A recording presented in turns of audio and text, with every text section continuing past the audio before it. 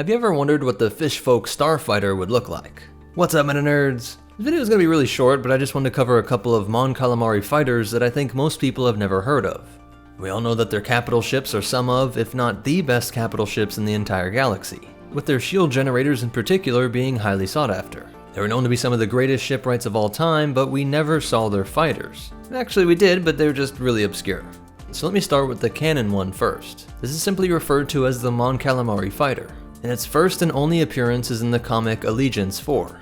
This was part of the build-up to Rise of Skywalker. In it, we see that General No Sarai, who we last saw as the chieftain of the Quarren people during the Clone Wars, the one that was tricked by Dooku and Rift Tamsin into sparking a civil war against the Mon Calamari. That No Sarai was now a general, but was betrayed by his advisor, Guy. This advisor tried to align with the First Order, alerting them about resistant ships that were being built in the Calamari's enormous shipyards. General Hux would lead a massive invasion fleet, knowing this was a world proud of its great naval history. As they all feared the looming threat in orbit, No Sarai offers to atone for his traitorous man, taking a Mon Calamari fighter and weaving through the First Order fleet until he is finally shot down. But it was a sacrifice that brought precious seconds for the Calamari fleets to flee the planet before the FO could engage in orbital bombardment.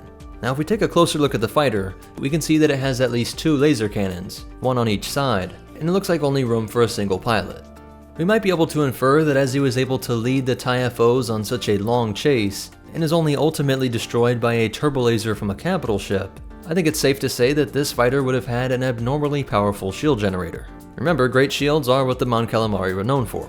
From the nose up to about halfway of this fighter evoke some of the design features of many Mon Cala craft, but the cockpit, fins, and really the entire back half is very similar to an A-Wing. This is 30 years after the Battle of Endor, and the A-Wing was considered one of the best interceptors ever made, so perhaps the Mon Calamari engineers and allies in the Republic simply built the Mon Calamari fighter off of its already proven ship design, adding some features of their own, but keeping the parts of the A-Wing that made it so swift, responsive, and deadly. Just making sure they slapped in one of their superior shield generator systems, and ensure that it was able to travel through water as well. And so that is the first and only sighting of this new Mon Calamari fighter. And the only one that we ever saw in Legends was this thing.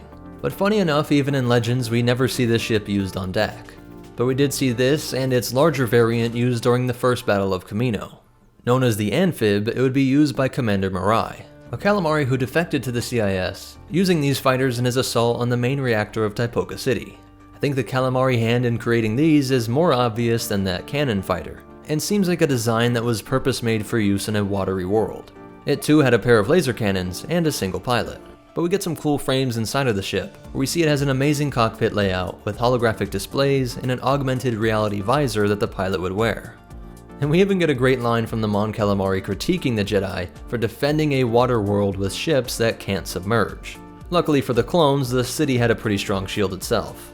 As for the separatist Mon Calamari, he was quickly forced to eat his words, with those Jedi fighters unleashing a barrage that critically damages it, but with a pull from the tractor beam of a Lucre Hulk in orbit, combined with a final push from the Anfib's engines, it was able to get back into atmosphere. And here we see a really interesting thing in common across both Canon and Legends. Both the Quarren No Sarai and the Mon Calamari Commander Mirai were willing to sacrifice everything at a moment's notice.